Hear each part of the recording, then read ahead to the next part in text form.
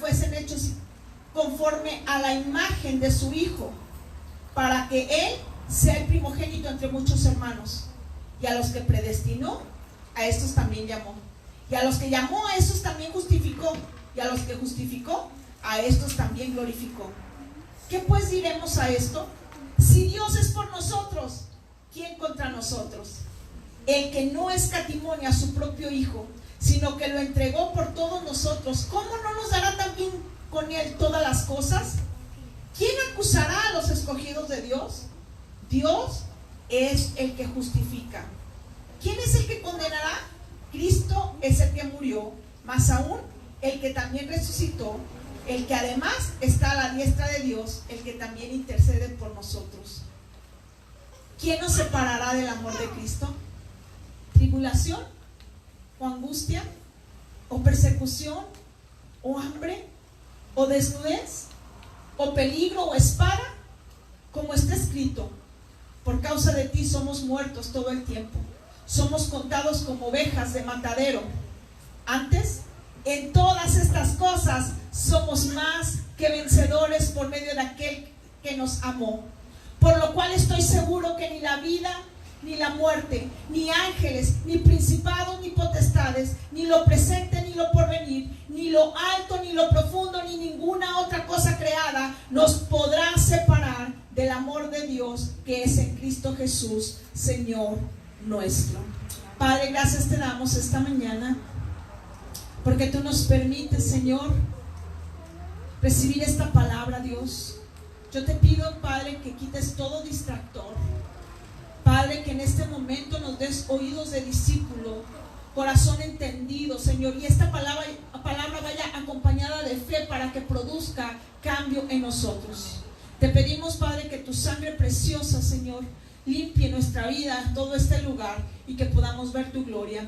En el nombre poderoso de Jesús. Amén, amén y amén. Este es uno de los pasajes más maravillosos que podemos encontrar en la Escritura. Bueno, todos son maravillosos, pero en lo personal, Romanos 8:28 es uno de los versículos bíblicos más lleno de esperanza, más lleno de poder. Y sabemos que a los que aman a Dios, todas las cosas les ayudan a bien. De repente este versículo nos lo aprendemos y lo declaramos hasta cierto momento, ¿sí? Hasta cierto punto decimos: a los que aman a Dios todas las cosas les ayudan a bien. Se me ponchó una llanta. A los que aman a Dios todas las cosas nos ayudan a bien. A lo mejor iba a chocar, o a lo mejor iba a pasar algo y Dios me libró. Bueno, gracias Dios.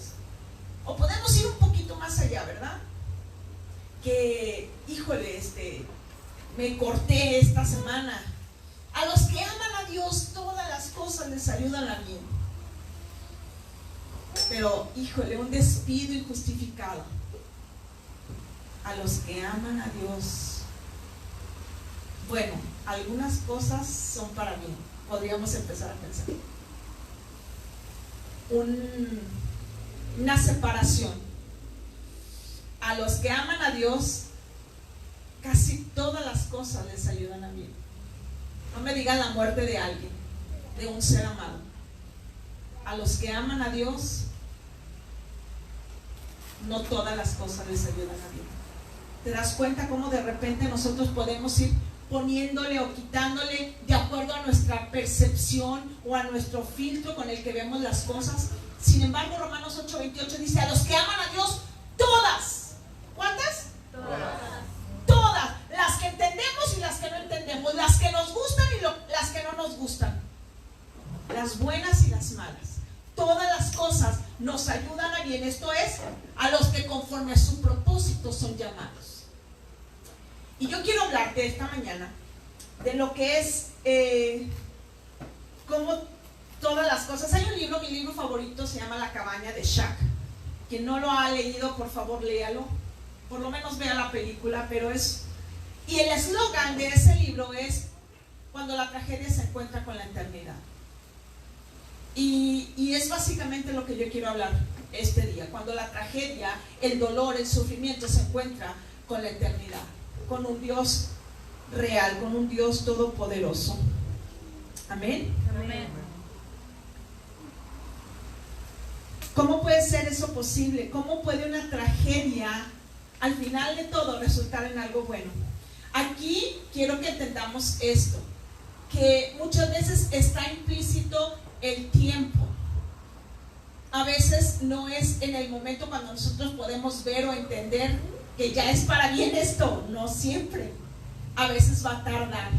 A veces lo vas a entender aquí en la tierra y algunas veces entenderemos ciertas cosas en la eternidad. Pero algo debemos estar seguros, porque este versículo comienza diciendo: y sabemos, tenlo por cierto, estamos seguros, somos conscientes de que todo nos ayuda bien. El sufrimiento o las pruebas son un catalizador del cambio. Sin embargo, cuando no hay una búsqueda de Dios en medio del sufrimiento, este suele dañar a las personas y estancarlas. Yo me he preguntado muchas veces, bueno, ¿por qué hay personas que les pasan cosas terribles y en cuanto salen vuelven a lo mismo? No sé si les ha pasado. Y otras de repente tienen una tragedia, un accidente, una situación difícil, y ¿sabes algo? Fue un parteaguas para su vida, un antes y un después. Buscaron a Dios, se convirtieron y su vida cambió, y eso que de repente fue algo tan malo se convirtió en un catalizador de cambio y fue de bendición. Pero ¿cuál es? ¿En qué consiste? Que en algunos o en mucha gente no hay una bendición detrás de ese sufrimiento. Al contrario, la gente se enoja con Dios. ¿Alguien se ha enojado con Dios en algún momento de la vida cuando no ha entendido por qué las cosas suceden? ¿Por qué estoy sufriendo? Yo en algún momento, en muchos momentos, me llegué a enojar con Dios. Y era el primero que le echaba la culpa. ¿Y sabes por qué? Porque decía: tú tienes todo el poder. Yo sé que tú tienes todo el poder para cambiar el universo. ¿Por qué no lo haces?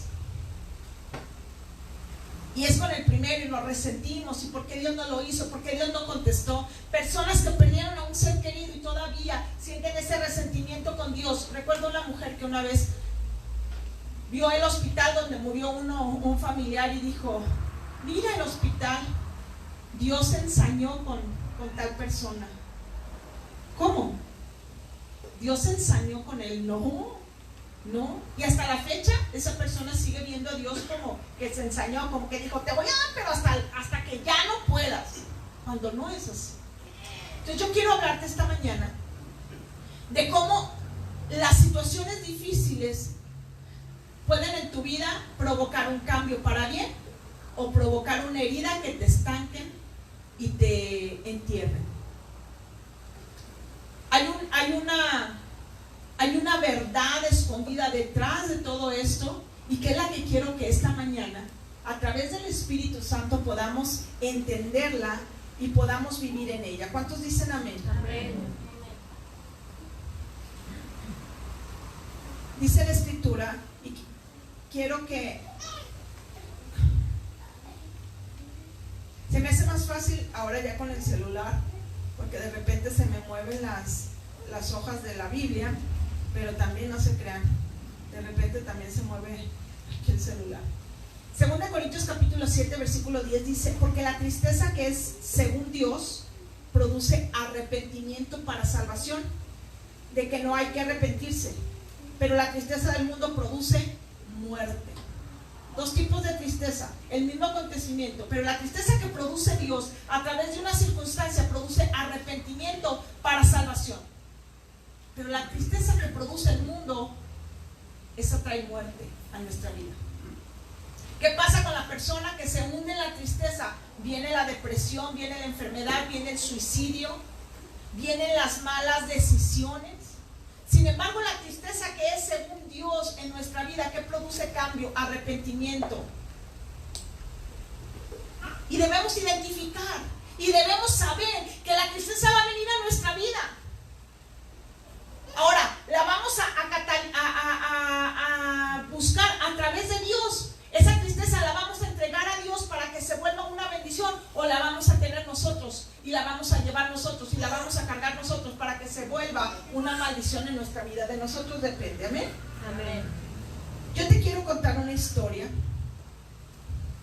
que está en 2 de Samuel capítulo 12. Te introduzco. Vemos al rey David, al maravilloso rey David, que yo les digo siempre que cuando llegue al cielo, de los primeros que voy a buscar es a David para platicar con él y que me cuente todas sus aventuras. Pablo también está en mi lista de los primeritos que voy a buscar, después de haber adorado miles de años a mi Señor Jesús postrado a los pies. Pero David, quiero conocerlo en persona. David ya es rey, David ya peleó sus batallas, ya estuvo, ya está en Jerusalén reinando sobre toda la nación de Israel. Y un día que era tiempo de guerra, todo el ejército se va a la guerra y David se queda en casa. Ojo con esto, hay tiempo para pelear, y cuando nosotros nos descuidamos, viene el enemigo y aprovecha esa pereza, esa flojera, esa indiferencia, y nos agarra. Dice que David andaba paseándose ahí por el palacio y de repente se asomó y entre la ventana vio a una mujer desnuda bañándose. Mandó decir, ¿quién es? A preguntar, no, pues es Betsabé, esposa de Urías. O sea, le dijeron santo y seña. Y él la trajo, la tomó esa noche por mujer y la despidió. Ya listo, ya. Asunto arreglado, nadie vio, nadie se enteró, nadie nada. ¿Sabes algo? El diablo siempre tiene los ojos bien atentos y la gente está bien atenta a lo que los hijos de Dios hacemos. ¿Cuántos dicen amén? Amén. Hebreos dice, 12:1 dice que teniendo tan grande nube de testigos, despojémonos de todo peso y de pecado que nos asedia y corramos con paciencia la carrera que tenemos por delante, puestos los ojos en Jesús. Tenemos una grande nube de testigos, gente que está viendo en qué momento caes, en qué momento hablas mal, en qué momento te equivocas, en qué momento, para señalarte. Y eso mismo sucedió con el rey David. Eso mismo sucedió. Pues a los días le manda a hablar Betsabé y le dice, ¿qué crees? Que estoy embarazada. Y David dijo, vamos a arreglarlo a la manera humana, ¿verdad? Mandó matar le dijo a su general del ejército, a Joab, le dijo, ponme en lo más duro de la batalla a Urías. Primero lo trajo al palacio, lo voy a embriagar, que se vaya con la esposa, que ahí se duerma con ella y asunto arreglado. De él es el chiquillo. Pero Urías era íntegro, dijo, ¿cómo yo voy a irme a mi casa cuando el ejército de mi señor está peleando? No. Le volvió a decir 3 veces, nada. Bueno, ahora sí, dijo, lo arreglo porque lo arreglo. Esas arregladas que damos los seres humanos nomás no. Y le dice a Joab, ponen lo más recio de la batalla y déjenlo solo. Literal. Lo ponen en lo más recio, se hacen para atrás y lo matan. Ya le manda a decir Joab, pues ya ganamos la batalla esta, pero murió Urías. Y el rey David dijo, no te preocupes. A veces caen unos, a veces caen otros, no te preocupes, ¿verdad? Y a los días, después de que pasó el luto, manda a llamar a Betsabé y la toma por mujer. ¡Ay, qué bien! Algunas veces nosotros como seres humanos pensamos que lo que hacemos mal o el pecado que cometemos no tiene consecuencias porque no lo vemos pronto. Sin embargo, las consecuencias, dice la Escritura, tarde o temprano tu pecado te alcanzará. No porque no veamos ahorita las consecuencias, pensemos que no vendrán. Y no porque Dios esté esperando, no, las consecuencias son el fruto de nuestra siembra. Son el resultado de nuestras acciones. Ahí no tiene nada que ver Dios. Son el resultado de nuestras acciones. Entonces, pues ándale que ya nace el bebé, todos contentos, felices, aquí no pasó nada. Vamos a capítulo 12 de 2 de Samuel. Entonces, dice,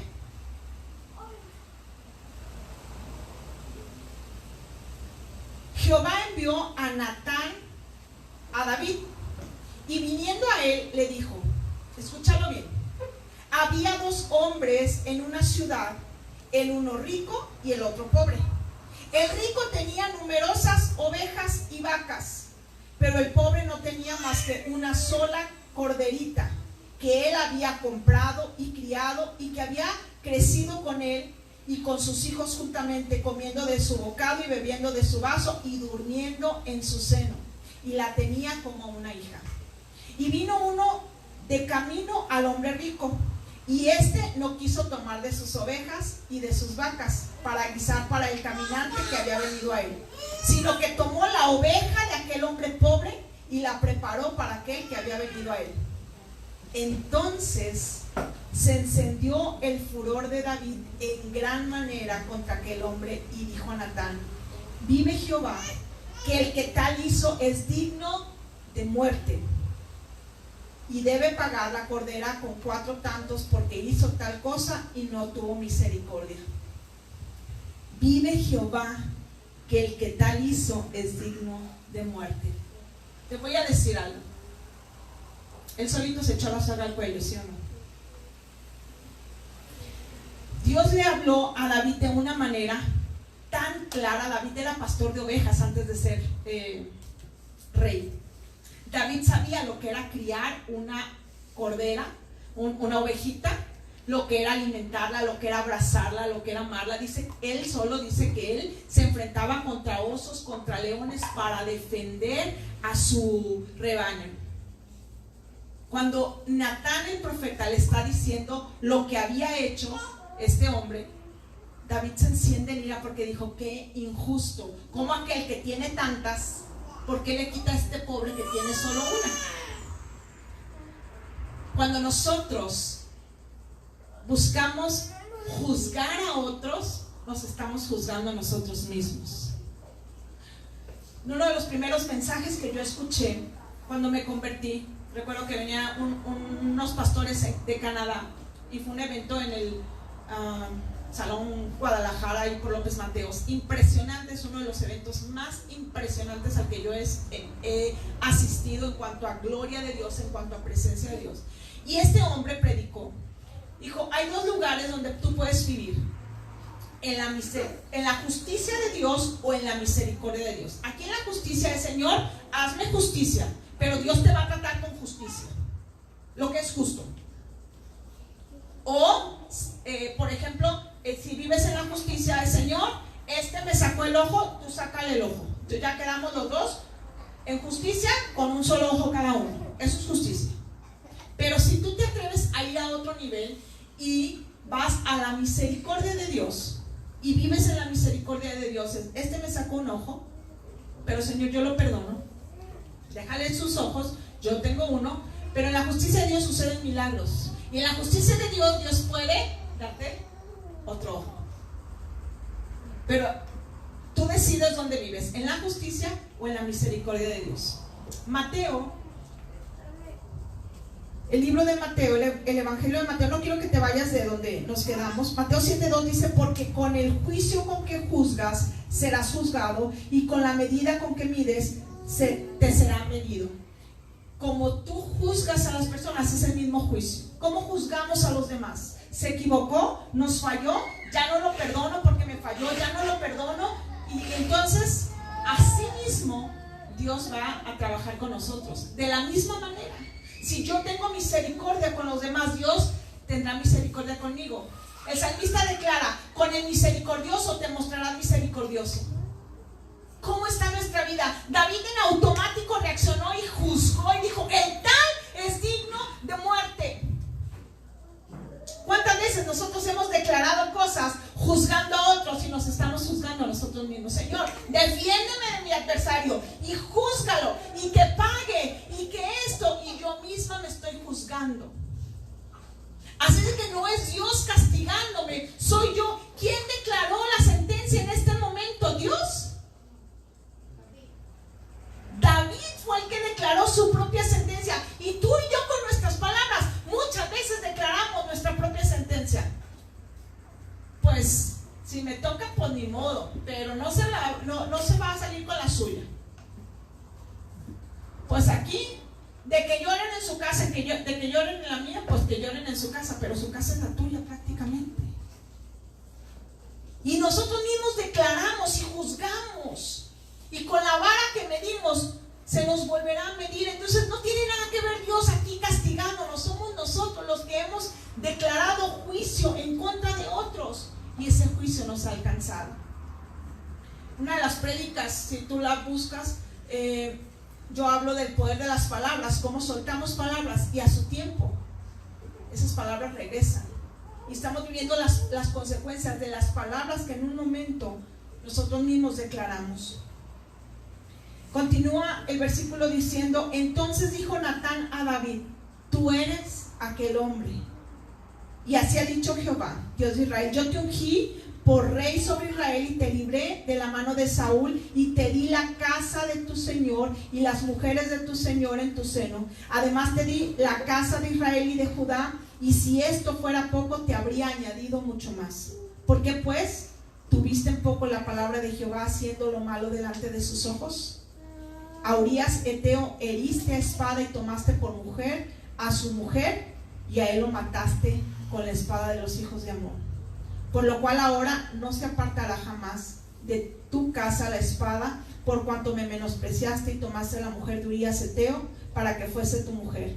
Así ha dicho Jehová: he aquí, yo haré levantar el mal sobre ti de tu misma casa, y tomaré tus mujeres delante de tus ojos y las daré a tu prójimo, el cual yacerá con tus mujeres a la vista del sol, porque tú lo hiciste en secreto, mas yo haré esto delante de todo Israel a pleno sol.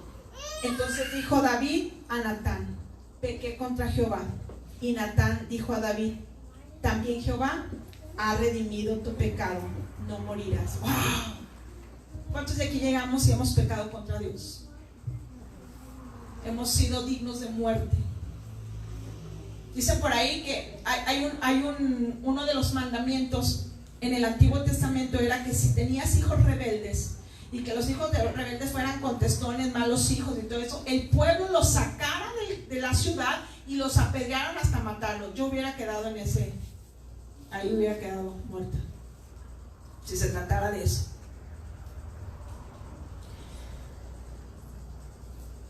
Pero Jehová dice: ha redimido tu pecado, no morirás.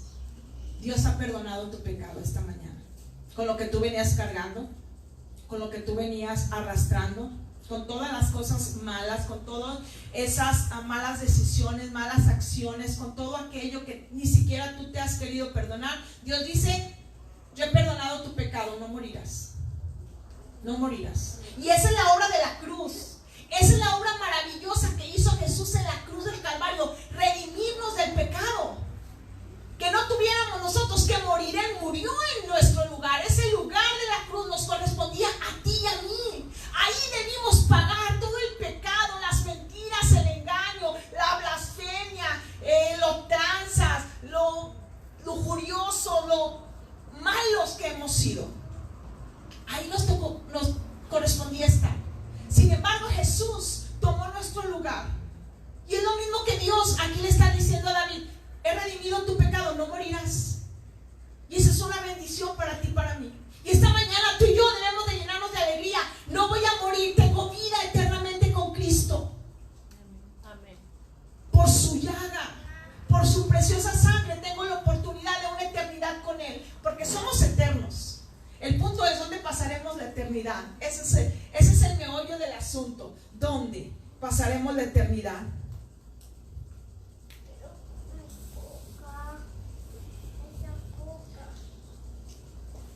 Dice la Escritura, continúa diciendo: no morirás, dice, mas por cuanto con este asunto hiciste blasfemar a los enemigos de Jehová, el hijo que te ha nacido ciertamente morirá. Y Natán se volvió a su casa, y Jehová hirió al niño que la mujer de Urías había dado a David, y enfermó gravemente. Dice que no hay dolor más grande en este mundo que el perder a un hijo. El perder a un padre es muy doloroso. El perder a un esposo o esposa es muy doloroso. El perder a un ser querido es doloroso. Pero no hay nada más doloroso para el ser humano que perder a un hijo. De hecho, ni siquiera existe una palabra. Si tú pierdes a tu esposa o a tu esposo, se te llamará viudo o viuda. Si pierdes a un padre, es huérfano. Pero no hay palabra que pueda describir lo que eres cuando has perdido un hijo, porque no está en la naturaleza del ser humano perder un hijo. Está enterrar a tus padres, pero no enterrar a un hijo. No existe nada más doloroso. Así que yo tomé este ejemplo porque tú me puedes decir: bueno, pero es que si se hubiera pasado una situación diferente, pues David no es tan difícil como lo mío, no. Creo que esto, el perder a un hijo, el ver que tu hijo está muriendo, es lo más terrible. Los que somos papás, y aún los que no son papás, pero que tienen sobrinos, que los quieres como a hijos, ¿verdad?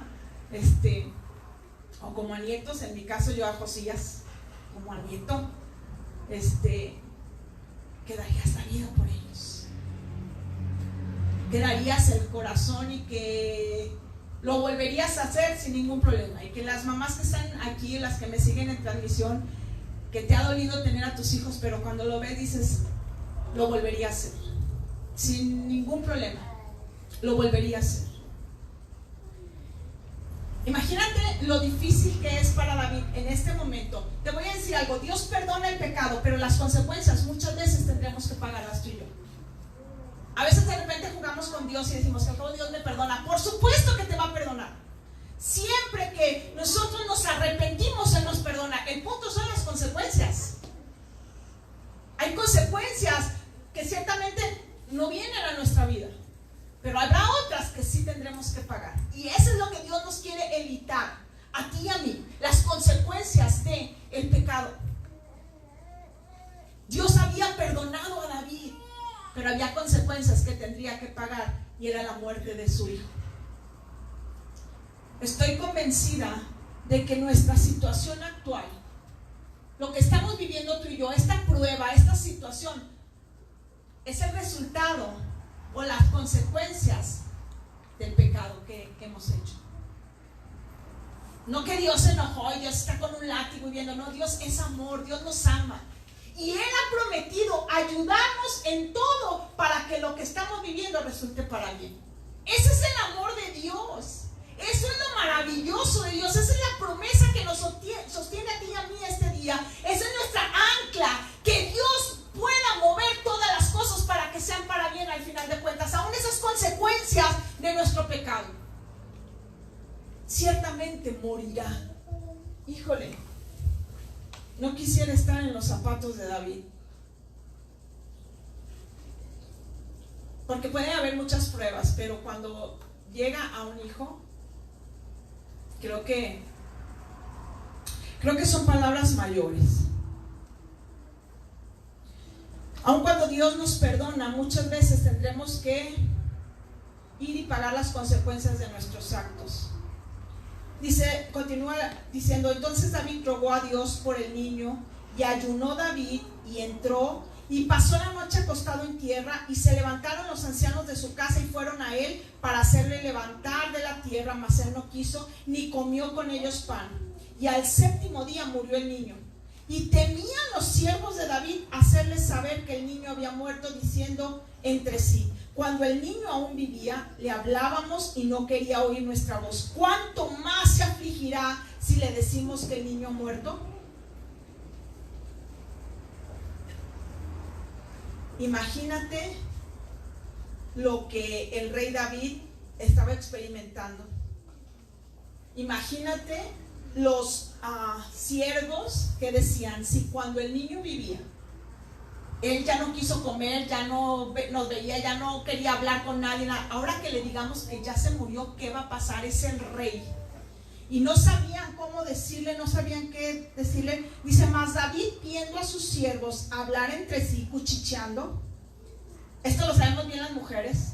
Cuando vemos a los hijos cuchicheando, ¿qué traen? Nada, no, ¿qué traen? A ver, ven, ¿qué pasó? Porque ya le vemos la cara, que se voltean a ver uno al otro, y así lo captamos, hijo de David. Ya vio que sí, que se volteaban a ver y que se hacían miradas. En ese momento los mandó a llamar. Dijo, ¿qué pasó? Les dijo, ¿ya murió el niño? ¿Ha muerto el niño? Y ellos respondieron, ha muerto. Que nunca jamás en la vida escuchemos esto. Entonces David se levantó de la tierra y se lavó y se ungió, cambió sus ropas y entró a la casa de Jehová y adoró.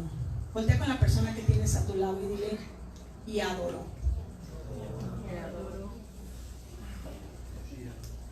No podemos imaginar lo que significa esta palabra para un hombre que acaba de perder su hijo, para aquella persona que acaba de perderlo todo, para aquella persona que acaba de perder su esperanza. no lo podemos imaginar. Se lavó, se ungió, fue a la casa de Jehová y adoró. No dice fue y habló con él, porque de repente vamos y hablamos con Dios reclamando, ¿sí o no es cierto? Pero ¿por qué lo hiciste? Pero tú no me escuchas, tú no me amas. Yo no sé si tú me quieres o no. ¿Por qué me tienes tanto coraje? Y le decimos a Dios y le reclamamos. Dice que David adoró. La palabra adoración, yo me encuentro con una definición y dice que adorar significa, es la manera de expresar una actitud o intención interna de rendición, de amor y de obediencia. Es la manera de decirle: tú sigues siendo mi Dios, tú sigues estando sentado en el trono, tú gobiernas el universo y yo te amo. Adorar significa una rendición expresada al Rey de Reyes. Yo estoy aquí rendido completamente a ti y te voy a obedecer y te voy a amar. Eso significa adoración. Y adoro. Por eso cuando dice la escritura, Romanos 8:28, y sabemos que a los que aman a Dios todas las cosas les ayudan a bien. Ojo con esto, no a toda la gente. Yo de repente me topo con personas y te va a hacer para bien, sí, pero ¿amas a Dios? Amar a Dios es exactamente esto: adorarle en medio de la tribulación, de la prueba, del sufrimiento. Te adoro, rendición, obediencia, me someto a ti, me rindo. Tú eres digno, tú sigues siendo bueno, tú eres supremo, eres el amado de mi alma. No lo entiendo y me está doliendo. No importa qué tanto dolor puedas experimentar en una situación, te voy a decir algo: esto pasará y Dios lo sanará y volveremos a reír. Cuando el pueblo de Israel fue llevado cautivo a Babilonia, decían: cuando el Señor hiciere volver la cautividad de Sión, seremos como los que sueñan, y nuestra boca se llenará de risa, nuestros labios de alabanza. Grandes cosas ha hecho Jehová, grandes cosas ha hecho Jehová, estaremos alegres. Un día esa tristeza, ese llanto, toda esa herida, todo ese sufrimiento va a pasar. El punto es: ¿qué tan dispuesto estás de que Dios use ese dolor tan grande y esa prueba que estás viviendo y la transforme en una bendición? No depende de Dios. Dios lo puede hacer. Depende de ti, de mí. Depende de ti, de mí, de qué tan dispuestos estamos a adorar a Dios en medio de la prueba. Tuve una visión en una ocasión en la que estaba un tiempo muy difícil, unas situaciones muy difíciles. Recuerdo que el pastor había salido fuera, entonces yo me fui a la iglesia y estaba postrada orando, cuando yo veo algo como un perro, un animal, un monstruo, no sé. Yo veo una niña como de unos 3 años y corriendo la niña, y veo eso que venía y veo a Jesús parado. No le vi la cara de Jesús ni así, no, o sea, yo sabía, veía una túnica y yo sabía que él era. Entonces Jesús toma a la niña y la levanta para protegerla, ¿no? Y ya no vi ni a esa cosa, un lobo, un perro, no sé qué era, nomás veía algo sin negro. Cuando Jesús la levanta, sonríe. Y yo dije: no, esto no puede ser de Dios. No puede Dios sonreír de este sufrimiento. Y me quedo así. Dije: no, esto no fue de Dios. Y así quedó. Y a los 2 o 3 meses me manda mi hermano Raúl una de sus canciones que había compuesto, pero que me la mandó. Y en esa dice que como Él se alegra cuando nosotros nos acercamos. Se me fue la letra de la canción, pero Él se alegra cuando nosotros nos acercamos, porque es la manera en la que vamos a estar como juntos. Entonces, cuando la estoy escuchando, me recuerdo de esa visión y me dijo Nancy, me dijo Dios, Nancy, yo me puse feliz porque yo sabía que esa situación los iba a acercar nuevamente a mi corazón. Esa situación dolorosa los iba a traer a mi corazón y por eso tú me viste sonriendo. Entonces, podemos ver aquí a un David haciendo justamente lo que todo ser humano necesitamos hacer. Ahora, me encuentro en la escritura que no fue el único. Me encuentro varios pasajes en la escritura. La primera vez que encontramos la palabra adoración es en Génesis capítulo 22, cuando Dios le pide a Abraham que le sacrifique a su hijo. ¡Wow! Y volvemos con los hijos. Volvemos con la parte más difícil, con la parte que no es negociable, vamos. Podemos, no sé, el trabajo, podemos cambiar muchas cosas, pero mis hijos no, ¿sabes? Y Dios le pide, porque Dios no comparte su trono con nadie, su gloria con nadie. Y era tan esperado para Abraham, su hijo, que luego de repente, yo me imagino, que comenzó a dejar a un lado a Dios para dedicarse a su hijo. Y Dios dijo, así no funciona esto. Para que tú sigas siendo bendecido, porque te escogí para que fueras padre de multitudes. Yo necesito que tú estés conectado conmigo, no con tu hijo. Que estés conectado conmigo y a través de mí tú te conectes con tus generaciones. Entonces dijo Dios, no, tendremos que hacer un parteaguas. Y Dios le dice, Abraham, entrégame a tu hijo, sacrifícame a tu hijo, a tu único hijo, a Isaac, al que amas. Porque tenía otro hijo, Ismael, y Dios sabía que a lo mejor podía haberse hecho, y pues aquí está el primogénito, ¿verdad? Y le entregará a Ismael. No, a tu hijo Isaac, al que amas, entrégame. Y va de camino Abraham con su hijo, el camino más angustioso, el camino más terrible. Abraham estaba completamente conviccionado y decidido que ese día su hijo moriría en sus manos. 3 días de camino y a lo lejos ve el monte y le dice Dios, ahí es.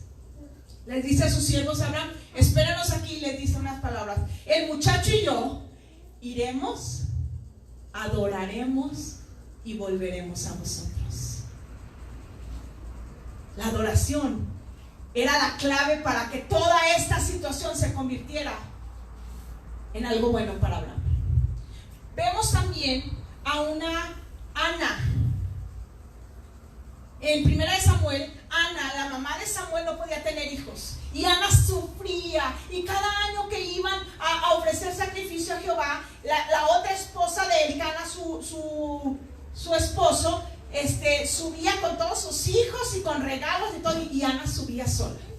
Y Ana lloraba. Y Ana se enojaba hasta con su esposo. Y su esposo le decía, pues ¿qué soy yo, Dios? Yo no puedo hacer nada. Yo te amo más a ti. Yo te doy más a ti, pero no puedo hacer nada. Dice que un día Ana va y delante de la presencia de Dios está llorando, está triste, pero dice, si tú me das un hijo, yo te lo entrego. Yo te lo entrego. Y el día Dios le contesta, Dios le da al gran profeta Samuel como hijo, porque cuando Dios responde, no responde con cositas, Dios responde con poder, con milagros, con cosas grandes. Lo que tú estás pidiendo, si se está tardando, es porque Dios está preparando algo grande. Para cualquier cosa tú lo puedes hacer, tú te puedes conseguir cosas pequeñas, pero lo grande, eso le corresponde a Dios. Lo que tú no puedes hacer, lo que tú no puedes alcanzar, eso le corresponde a Dios. Por eso de repente tarda, porque hay que alinear todas las cosas, poner orden en todas las cosas. Y dice Ana, el día que lleva a su hijo Samuel al templo, a dejarlo, ya no lo iba a ver, solamente una vez al año, a deshacerse de él, porque iba a cumplir una promesa. Le dice, por este niño oraba, y Jehová me dio lo que pedí. Yo pues lo dedico también a Jehová. Todos los días que viva será de Jehová. Y adoró ahí a Jehová. No se salió llorando, pateando un bote, ¿verdad? ¿Por qué? ¿Por qué tuve que decir que él se lo entregaba? No. ahí mismo adoró. Tú sigues sentado en el trono y yo te amo. Yo te amo. Y Dios ve esa adoración, esa actitud del corazón como algo que le agrada. Otro de los ejemplos, y este es un ejemplo que nos quitamos todos el sombrero también, ¿sí o no es cierto? En el momento cuando Job le están dando las noticias de que ha perdido todas sus riquezas, ha perdido todos sus bienes, ha perdido todos sus hijos, está recibiendo una tras otra las peores noticias que cualquier ser humano pudiera recibir. Job capítulo 1 versículo 20 dice: entonces Job se levantó y rasgó su manto, rasuró su cabeza, se postró en tierra y adoró. ¿Te das cuenta cómo la adoración es una parte tan importante dentro de las pruebas que estamos viviendo? Y el ser humano somos tan cortos para ver lo que Dios está haciendo, que nos enojamos, nos cerramos, nos enfurecemos y no le permitimos a Dios cumplir su promesa de Romanos 8:28, que a los que le aman todas las cosas les ayudan a bien. Amor no es cuando las cosas van bien. Dios es bueno cuando me acaban de regalar un carro. Ajá, pues eso. Dios es bueno cuando tienes que tomar a tus hijos, andar en camión y te cae un aguacero en la calle. Dios es bueno. Dios es bueno.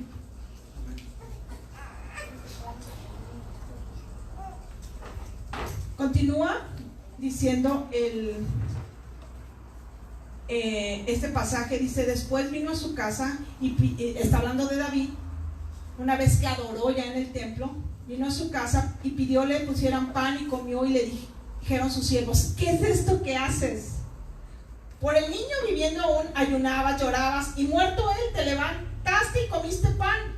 Y él respondió: viviendo aún el niño, yo ayunaba y lloraba, diciendo: ¿quién sabe si Dios tendrá misericordia, si tendrá compasión de mí y vivirá el niño? Mas ahora que ha muerto, ¿para qué he de ayunar? ¿Podré yo hacerle volver? Yo voy a él, mas él no volverá a mí.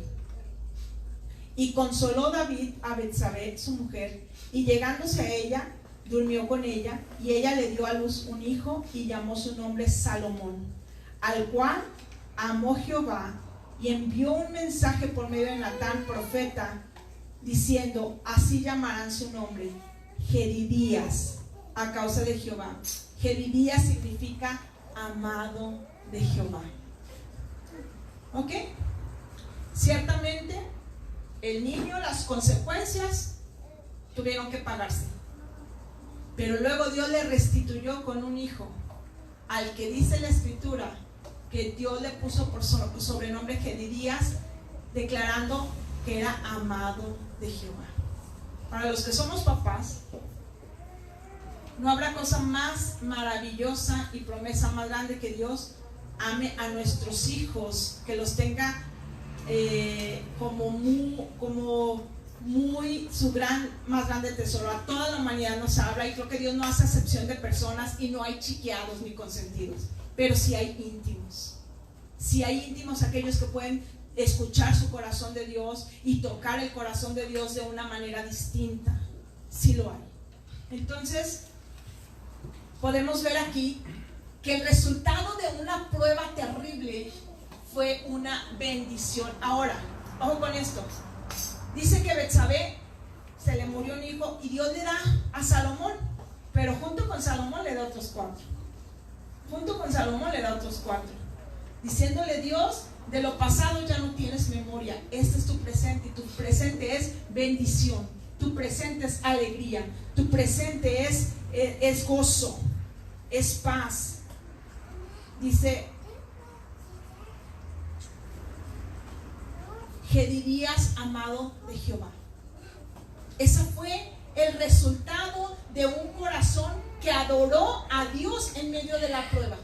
Ahí es donde se cumple, y a los que aman a Dios todas las cosas les ayudan a bien. Esto es conforme a su propósito son llamados. Y por ejemplo, Abraham, en medio del dolor de sacrificar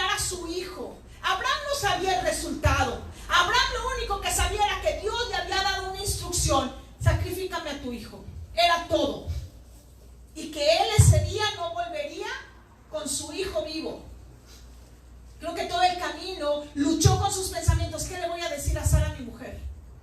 Va a decir que estoy loco, va a quererme matar. ¿Cuál fue el resultado de ello? Cuando Dios vio a Abraham con el cuchillo tratando de sacrificar a su hijo, y su hijo ahí atado, no me imagino cómo un hijo, Abraham ya era de edad grande, avanzada, tuvo a su hijo a los 100 años, y dice que su hijo cargó la leña. O sea, no era un chiquito como César, era un muchachito, pero ya podía cargar la leña. No me imagino así de: sí, papá, mátame. No, por lo menos cualquiera en su sano juicio forcejaría. Ahora el viejo se volvió loco. O sea, yo diría: perdió la cordura. O sea, déjale yo, papá, vamos a platicarlo. No, pero Abraham había hecho un trabajo tan extraordinario con su hijo, y le había enseñado con su ejemplo de que Dios tenía la última palabra y que Dios era perfecto. Así de que su hijo confió en su papá por el testimonio.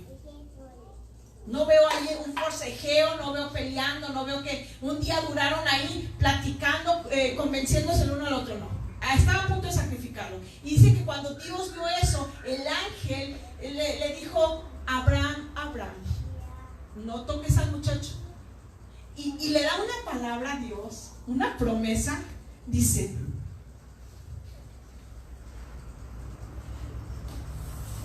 y dijo: por mí mismo he jurado, dice Jehová, que por cuanto has hecho esto y no me rehusaste a tu hijo, tu único hijo, de cierto te bendeciré y multiplicaré tu descendencia como las estrellas del cielo y como la arena que está a la orilla del mar, y tu descendencia poseerá las puertas de tus enemigos. En tu simiente serán benditas todas las familias de la tierra, por cuanto obedeciste mi voz. ¡Qué promesa! Y ciertamente Abraham es el padre de todas las familias. De él viene todas las familias de la tierra, y en su simiente, que es Jesús, en él son benditas todas las naciones. ¡Qué promesa tan grande!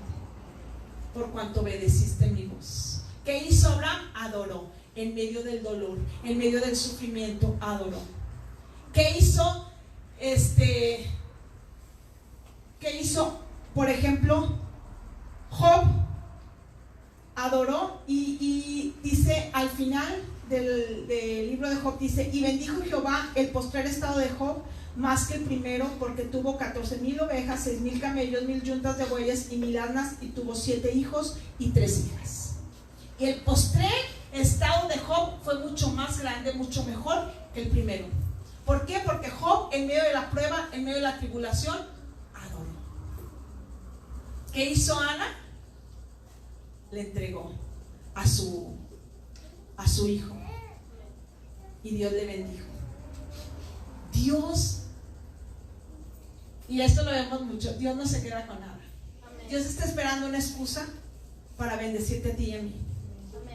Pero necesitamos ir a ese versículo y entender que es lo que cambia nuestra vida, es el amor. Lo que hace de nuestra vida algo diferente, lo que hace que todo lo malo se convierta en una bendición, es la adoración que manifestamos a un Dios real. No cuando me conviene, porque a veces buscamos a Dios cuando me conviene. Quiero que Dios cambie, quiero que Dios me responda, y aquí estoy. Cuando las cosas mejoran, ya no te necesito tanto, ya no quiero tanto, ya poquito, y empezamos a dejar a Dios de lado. Eso no nos va a ayudar a bien. Dios ha prometido. Dios no te promete una vida sin dolor en esta tierra, definitivamente.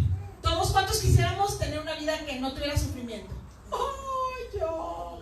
Que no tuviéramos pruebas, que no fuera difícil esto. Todos quisiéramos. No existe.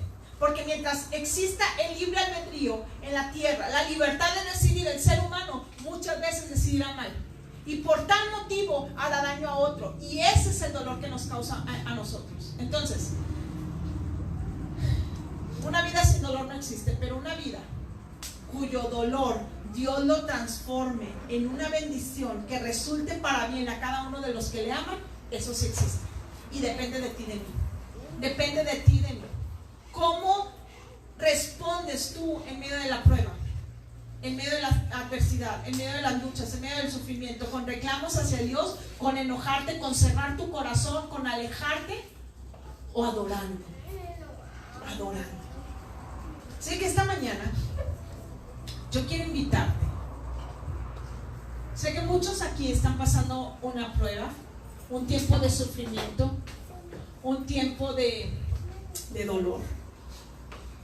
Y si quizás tiempo donde no has entendido aún el por qué, o aún lo que es peor, muchos se han enojado con Dios y han puesto así como una barrera y han levantado una barrera donde dice, mejor así. Tenemos la libertad este día de elegir qué vamos a hacer en medio del dolor. Adoramos como los grandes para que al final esto resulte en una bendición. Por ahí dice, palo dado ni Dios lo quita. Ya está el sufrimiento, ya está la prueba, ya está el dolor, ya. Hagamos que resulte en una bendición. Amén. De ti, de mí depende. Que adoremos juntos, que nos rindamos, que entendamos lo que es adoración. Es una expresión interna de obediencia, de amor y de rendición al Rey. Eso es. Así que yo en esta mañana, este mediodía, te voy a invitar a que hagamos algo, a que pases aquí al altar. Y justo esa situación y ese dolor y esa prueba con la que has estado luchando, con la que si pudieras cambiarla o no atravesar este proceso, lo harías. Pero ya estás adentro. Que se lo entregues a Dios y le digas, tú sigues estando sentado en tu trono. Tú sigues siendo rey, el rey de mi corazón, y yo te sigo amando. Y yo sé que al final todo esto resultará en una bendición. Yo sé que estás trabajando hasta el día de hoy, haciendo que todo el sufrimiento que está a mi alrededor sea transformado en algo que me bendiga. Y no me voy a detener. Y no me voy a detener. Ponte de pie.